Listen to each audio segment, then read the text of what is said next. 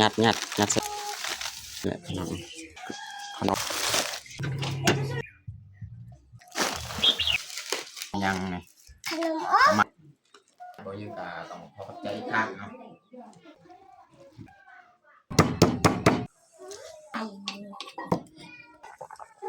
ตัวนี้ก็จัดผ้าขาวของเฮา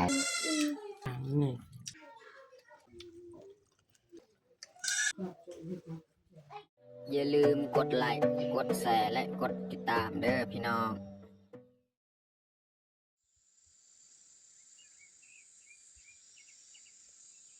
กับสบายดีแล้วก็สวัสดีเบิร์ดสู่ผู้สู่คนเนาะยินดีต้อนรับเข้าสู่สองเบายืงเนาะ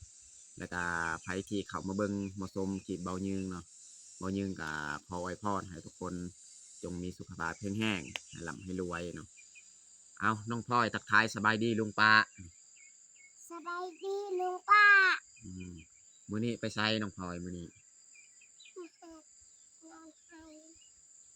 น้องพลอยนี่เว้าแต่คำเดียวไปเฮ็ดนอนไฮ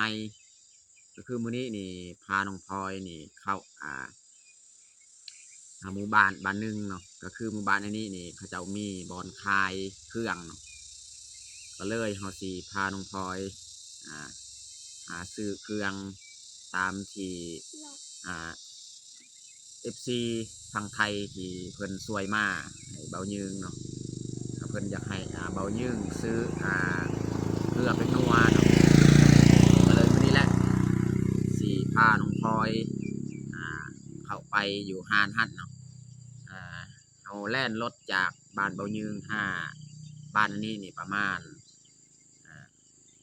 40 ปลายนาที40 ปลายนาทีเขาขี่รถจักรอยู่บ้านนี้จะมีบอนขายเครื่องเนาะแต่ว่าก็เป็นห้านน้อยๆเนาะห้านเวียดประมาณห้านลาวห้านเวียดเขามาตั้งขายเครื่องอยู่ห้านเนาะก็คือเบายืงก็เคยพาไปแหละบอนที่เบายืงไป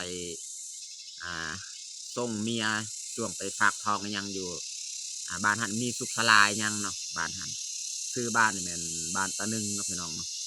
ก็เลยมื้อนี้มีโอกาสจะสีพาน้องพลอยไปซื้อเกลือเป็นนัวหรือว่าน้ำปูน้ำปลาซื้อขนมให้น้องพลอยตามที่แม่จากทางไทยเพิ่นบอก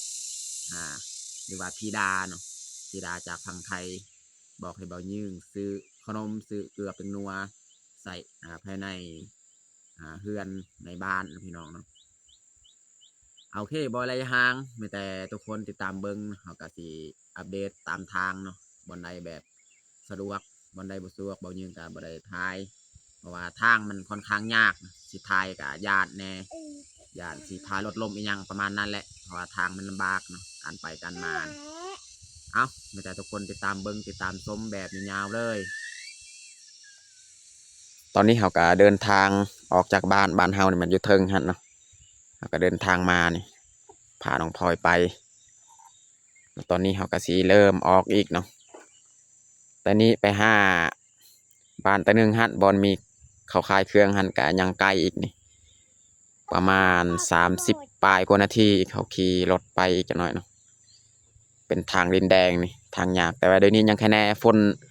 ตกยังบ่ทันลายถ้าว่าเดือน7นี่โอ้ตกหนักเลยพี่น้องเนาะเขาก็สิ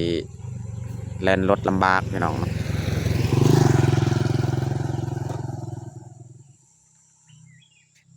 เอาจับดีๆเด้อน้องพลอยทางยากอันนี้บอลเฮาทายนี่แค่แน่ทางมันงามนี่แต่ว่านี่ไปพุดนี่ขึ้นภูลงคอยพี่น้องเนาะทางยาก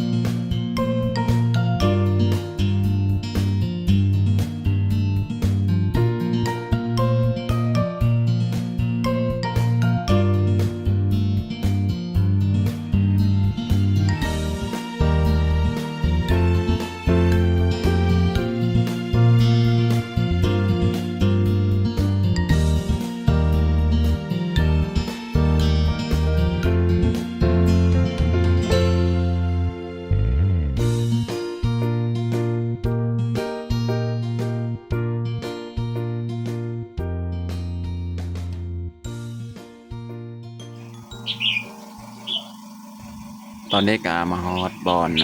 สิมาซื้อเครื่องอันนี้แหละห่านเบียดห่านน้อยๆพี่น้องฮะน้องพลอยก็มายืนแล้วไม่ได้เอาสีขาวข้างในฮะมาเลือกเบิ่งเครื่องว่าเขาสิซื้อหยังแน่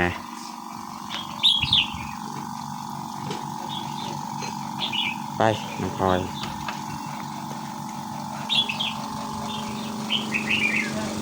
หมด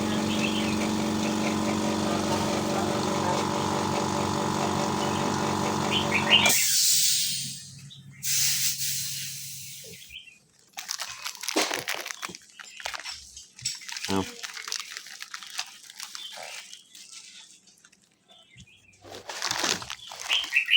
ขนมซุ้มนี้แหละเอายัดใส่ธงเยอะจักยัด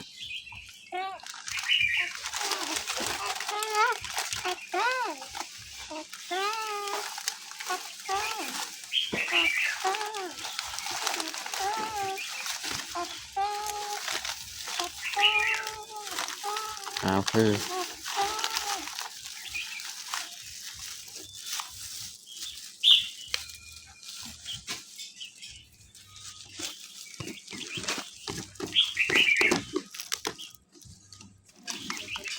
เอาขนมอมอีกไปงาน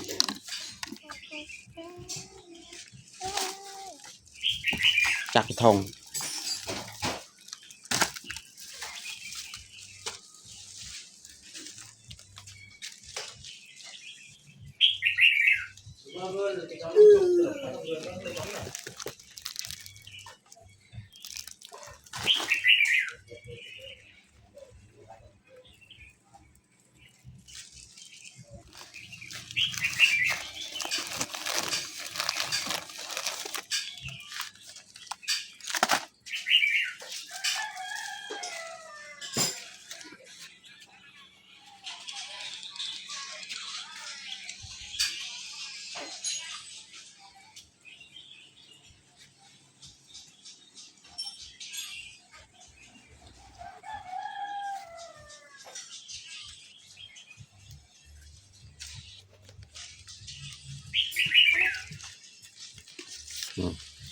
เอาสิซื้อปลาแดกซุ้มนี้แหละ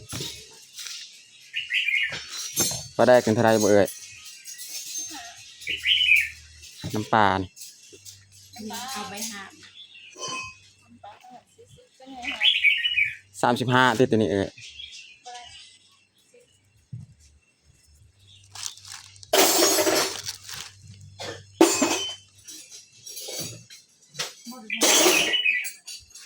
เอาน้ำปลาปลา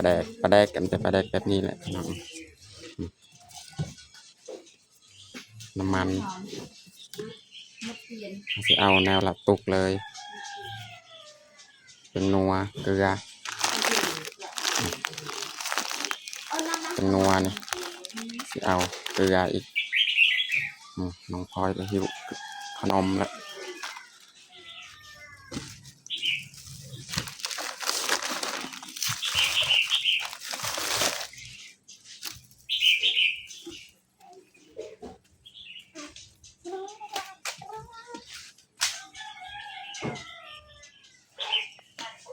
ซื้อน้ำบานอีก2 ตุก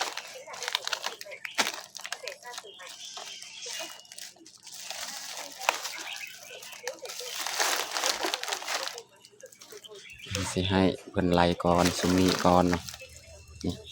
อันนี้แมนปลานิ่นพี่น้องปลานิ่นโลนึงมีซีนหมูโลนึงไล่ซุมนี้ก่อนอีก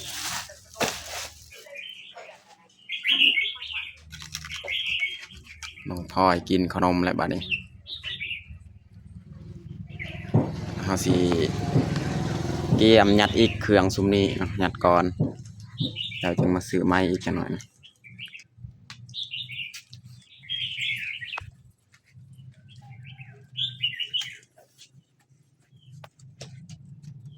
แดดแห้งมื้อนี้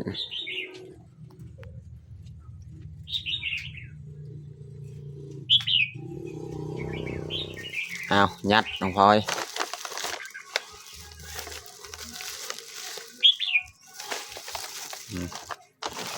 ยัดใส่กระสอบเลยเครื่องจับตัวนี้อันนี้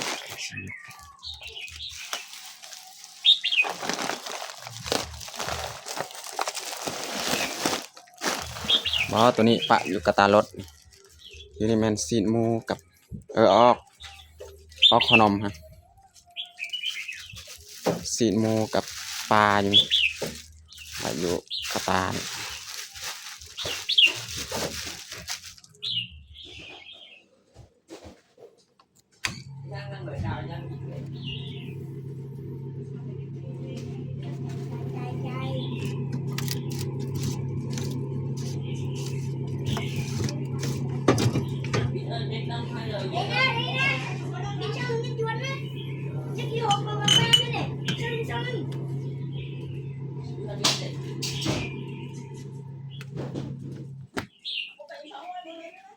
น้องพ่อจะกินยัง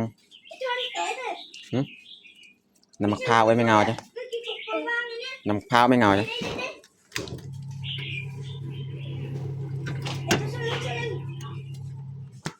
เอา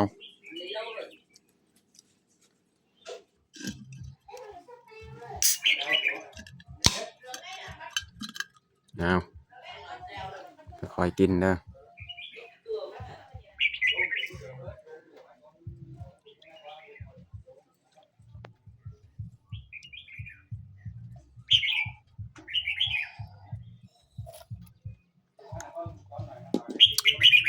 อันนี้หลังจากเขากินน้ำแล้วเราก็สิเตรียมกลับบ้านตอนนี้ก็เวลา11 โมงยังแล้วแต่นี่หาบ้านเฮาเนี่ยประมาณ40 ปลายนาทีบอนนี้บอนเดียวแหละจุดบอลเขาเจ้าขายเครื่องเนาะ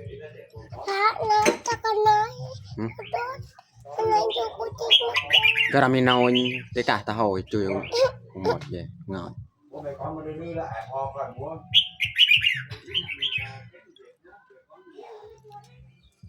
ตอนนี้ก็เรียบร้อยเขาซื้อเครื่องเขามัดไว้เรียบร้อยทั้งหลังเพราะว่าน้องแพงสินั่งทางหน้านี่ก็เลยเครื่องนี่มัดไว้ทางหลังครับเนาะตอนนี้เขาก็สีกลับบ้านเลยพี่น้องเนาะเที่ยงแล้วแต่ทุกคนตามเบิงอยู่บ้านจังหน่อยนะตอนนี้ก็เฮามาฮอดบ้านแล้วพาน้องพลอยกลับบ้านนี่แหละเครื่องที่เฮาซื้อเนาะที่พี่จิตรภาผมบอกให้ซื้อเครื่องแล้วก็ซื้อแนวกินแนวยากให้แทนน้องพลอยขนมยังเนาะแล้วเฮาสิมาเปิดเบิ่งเนาะว่าเครื่องที่เฮาซื้อเนี่ยมียังแลนี่เนาะเพราะว่าบ่ยิงว่าสิซื้อหลายก็มันหนักเพราะว่าน้องพลอยก็มานำเลยซื้อได้ประมาณนี้แหละเครื่องที่มีในห้างนั่นเขาก็ซื้อเอาเนาะไม่ได้เขาจะมาเปิดเบิ่งเลยเนาะเด็กคือน่ะโจ้พี่ดอกเด้ใส่เขาเนาะจ่าตะโหยกูจ้าขนมว้าวว้าวเป็ดน้ำปลาน้ำมันพืชนี่แหละประคบอีกนะเขาซื้อไม้ประคบเพราะว่าปลาเพิ่นว่าเห็นเบายึงนี่คือไปคือมาปกอันเดียวนี่ไปให้ไปส่วนนี่คือไปคือมาเนี่ยอยู่บ้านก็ใส่อันเดียวก็เลยซื้ออันนี้อันนึงเอาไว้อยู่ยังให้อีกนะ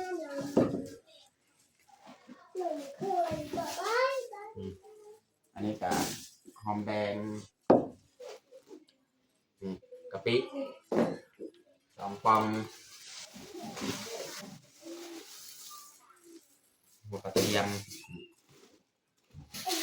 นี่ก็เพื่อเป็นนัวจะมาเบิ่งในนี้อีกนะ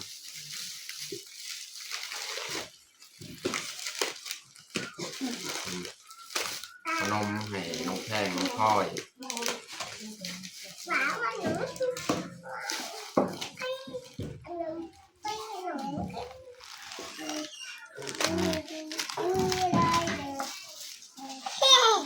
ขนมอมยังไง ขนมอ ป ม ระมาณนี้แหละซื้อ ว้าวขนมอม อันนี้น้ำปลาแดก น้ำปลาแดกขนมอม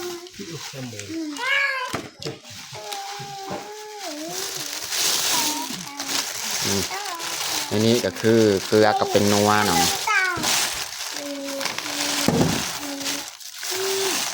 นัวเนี่ยนักเติบพี่น้อง4 โลในนี้นะ4 โลนี่ทงละโลเลยนะเป็นนัวเป็นของเวียดเลยอย่างนั้นเป็นของเวียดน้ำปลาเนี่ยก็คือกัน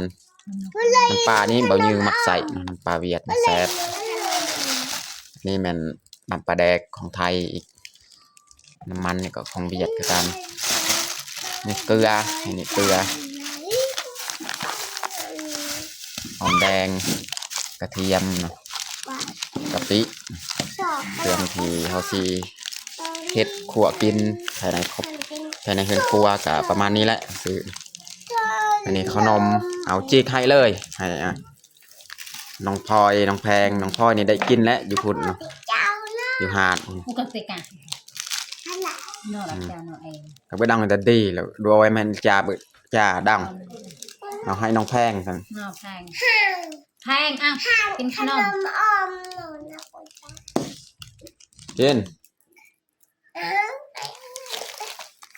กินกิน อร่อย อ้าวน้องพลอยกินตัวใดน้องพลอยนี่น้องพลอยนี่มักขนมอมเอาจีกให้เลย ว้าวว้าวว้าว น้องพลอยน้องแพงก็ได้กินขนมและบัดนี้มีป้าเพิ่นผู้ใจดีเนาะอันนี้แหละเฮาก็ได้ซื้อตามที่เพิ่นแนะนำให้ซื้อเนาะเพิ่นบอกให้ซื้อขนมให้น้องแพงน้องพลอยซื้อเกลือเป็นนัวเฮ็ดอยู่ขัวกินประมาณนี้แหละซื้อ สั่งส่งกลา แล้วก็ซีนหมูอย่างซื้อเนาะซีนหมูกับปลาเนาะ อะไรเนี่ยคุณ ตอนนี้ก็เรียบร้อยเอามาแจกขนมให้น้องแพงน้องพลอยได้กินเนาะแต่ว่าตอนนี้ก็เราได้เฮ็ดตามที่ที่ดาพาเพิ่นแนะนำหรือว่าธิดาเนาะเอาน้องพลอยขอบใจป้าเพิ่น ไปขอบใจป้า ขอบใจหลายๆอย่าย่อตีนเย้นบกันขอบใจหลายๆป้า ใจละละไม่ลายป้า เดี๋ยวว่าน้องพลอยก็ขอบใจประมาณนี้แหละแต่บ่ยือก็ตัวแทนครอบครัวของเฮาก็รู้สึกดีใจแล้วก็อยากขอขอบอกขอบใจพี่จิดาภาที่ช่วยให้ครอบครัวของเฮาได้ซื้อเกลือเป็นนัวหรือว่าซื้อขนมให้ลูกๆเนาะแล้วก็บ่ยือก็ต้องขอขอบใจอีกครั้งเนาะเอาน้องมุกดาที่ขอบใจในใดเพิ่น น้ำมุกดาก็อยากขอบใจพี่ จิดาภา พี่จิดาภาที่ซื้อที่ให้เงินให้ครอบครัวของพวกเขาจะได้ซื้อให้พวกขนมให้พวกลูกแล้วก็เครื่องคองที่เขาจะใส่ในเฮือนเขาก็ต้องขอขอบใจหลายๆ ว่าสำเร็จเรียบร้อยเนาะตามที่เพิ่นแนะนำให้ซื้อเนาะซื้อประมาณนี้แหละเนาะต่อไปก็สิพาน้องมุกดาสิมาเฮ็ดกินอาหารเที่ยงเพราะเราก็ได้ซื้อซีนหมูจากตลาดมาเมื่อกี้แหละไปกับน้องพลอยนี่แหละ ไป มาเฮ็ดกินอาหารเที่ย ไป ง มีอะไรดาวดาว เอามักเมียนบัดนี้ นายดาวลบ อ้าว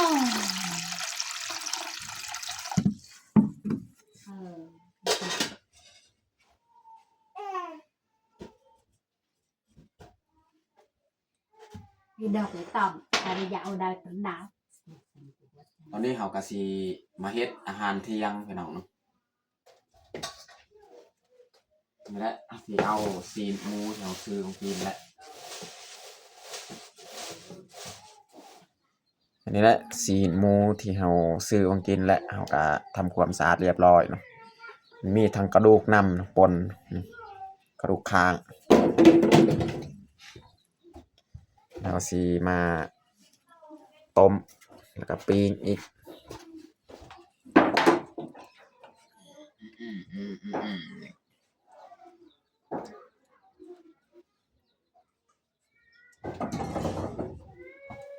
นี่เอาสีมาตัดเลยน้อง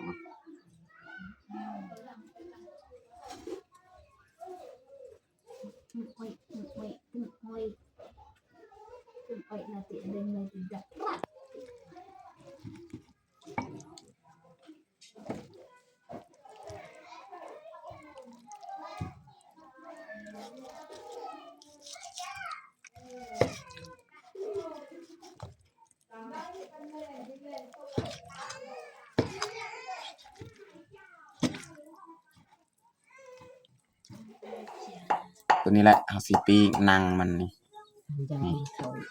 นี่นะครับปีกอันนี้เอาไว้อีกนี่ส่วนตัวต้มนี่มันนี่พวกกระดูกนี่กระดูกคางกระดูกสันหลังสีต้มตัวนี้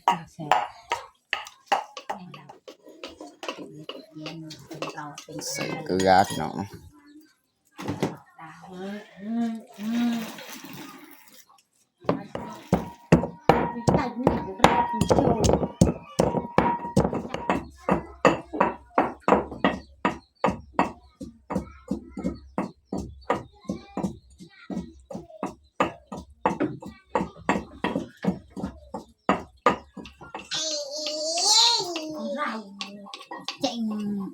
จะมาเอาครับจะมาแล้ว หั่นขา คำไซ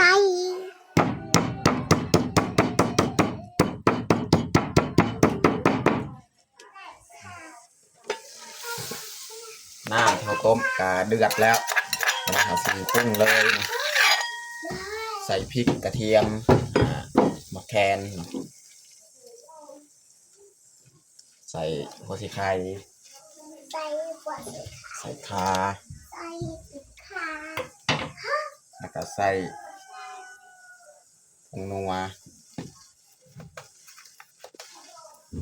เกลือน้ำปลาวันนี้เราสีเอาซีนของเฮาอีกลงนะ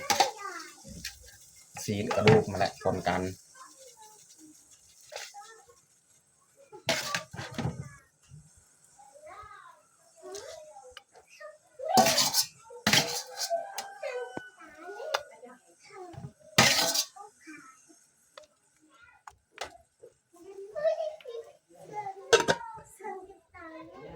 มาดามกระยังกระดูกเองเลย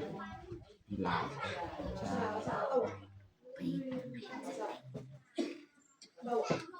สั่งง่ายก็สุดเองก็จะดาวประมาณสั่งสั่งยังไงดูเองกูเดาแบบดาวสั่งเรา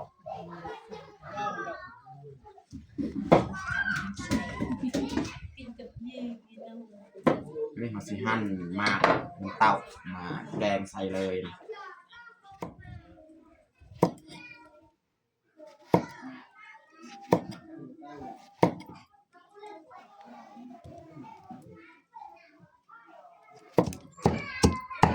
อันนี้เขาจะตำแจวพี่น้องไม่ได้เขาสิใส่เลยมันตำเต้าของเรา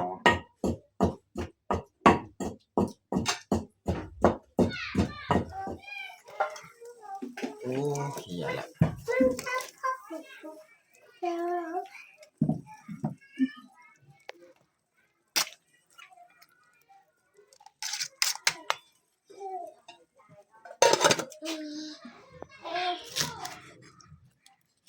ซอยหอมบัว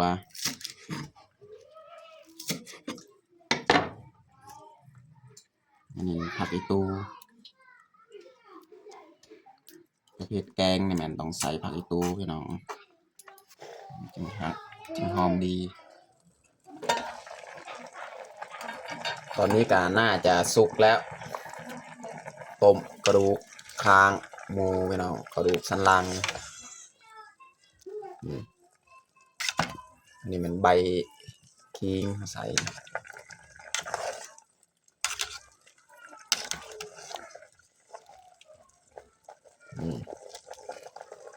มันเริ่มเปื่อยแล้วนี่เบิ่งพี่น้องนี่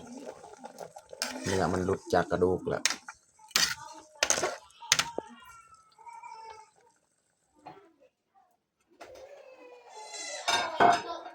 สุดท้ายนี่เราจะใส่นี่ผักบัวกับผักตูนี่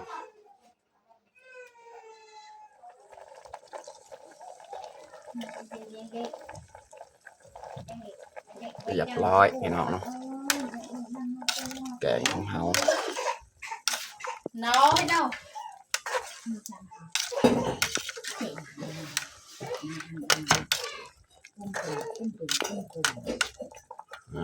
เรียบร้อยพี่น้อง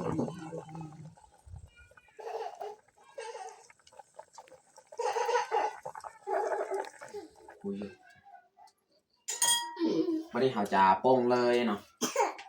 อะไรไปดูอะไร วันนี้เขาสีข้างตัวนี้นะพี่น้องตัวปีนี่ข้างไว้เลย Con này tốt rồi. ผู้ตาหลังอะไรไปหน้า Cái quả bóng quá. เมื่อพอไปดูไป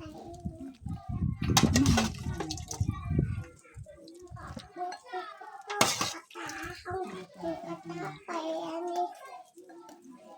ตรงตากูเราพิกตาไป เต็มถ้วยเลยพี่น้องเนาะในหม้อก็ยังเหลืออยู่ใส่น้ำแบบนี้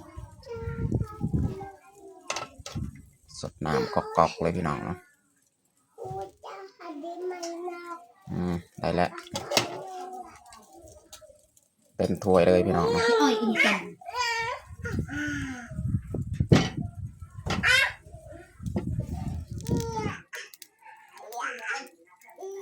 ซีนติดหนังเลยพี่น้องซีนติดหนังปี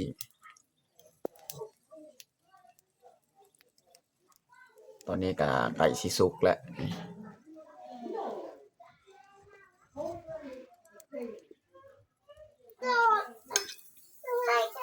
แก้วพี่น้อง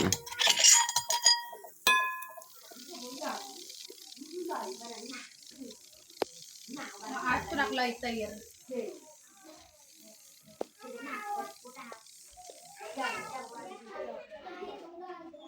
ตอนนี้ก็สุกเรียบร้อยแล้วนี่ซีนเฮาไม่ได้มาซีมาซอยมาหั่นเลย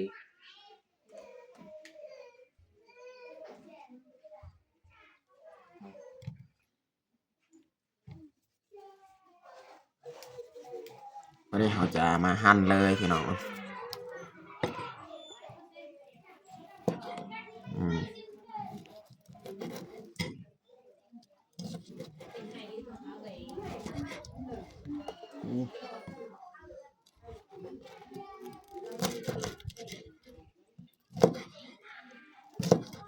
ซีนหมูนี่มันสีแห้งๆพี่น้องเนาะ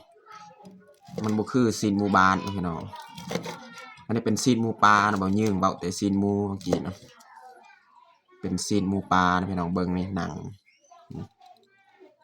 ถ้าว่าหนังหมูบานมันจะขาวเนาะ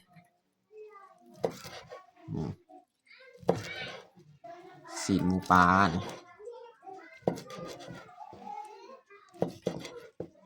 ถ้าว่าซีนหมูบานมันจะมีน้ำมันลายซีนหมูปลาเนี่ยน้ำมันจะบ่ค่อยมีปานใด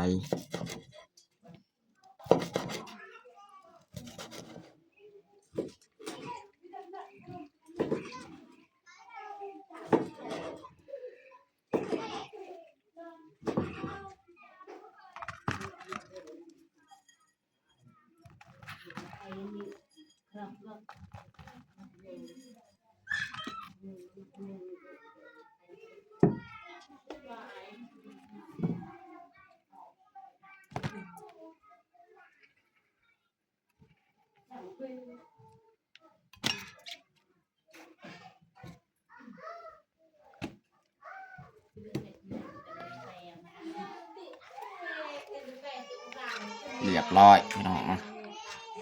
จัดผ้าขาวของเฮา ก็เลยเน่าก็เลยจังกัน ตอนนี้ก็เรียบร้อยเฮาแต่งข้าวของเฮาไม่ได้เฮาสีลงมือกินข้าวเที่ยงเลยเอามาเด้อมากินข้าวเที่ยงน้ำกัน เอาน้องพลอยเอิ้นลุงป้ามากินข้าว มากินข้าวเที่ยงน้ำกัน เอามาเด้อทุกคนมากินข้าวเที่ยงน้ำกัน มาพี่น้องด้วยจ้า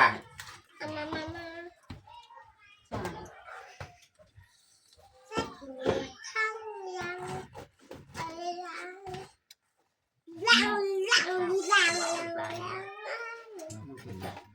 บ้านเลย นั่งงามๆนั่งงาม ก็เลย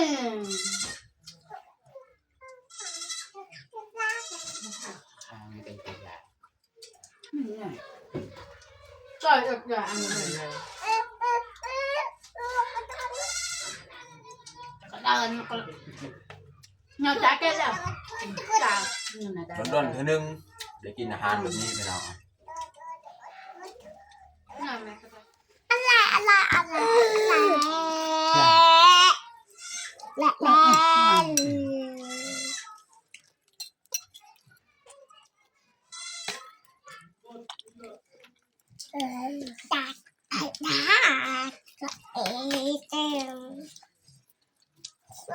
รู้ได้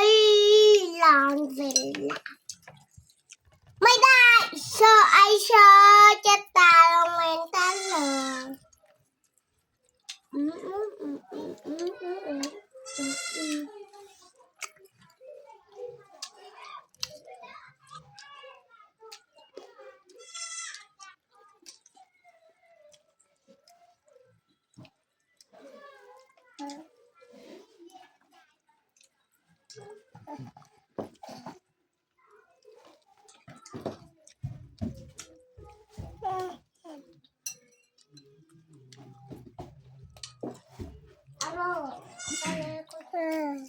ให้เอ็นลูกจางหางเจ้าอะไร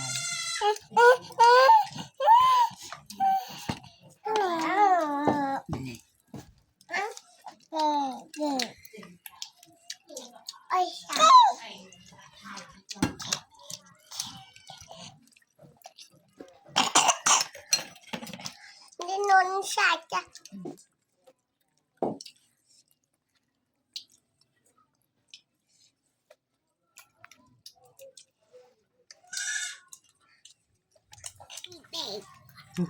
หางนี่ ตักเปลือกกลาง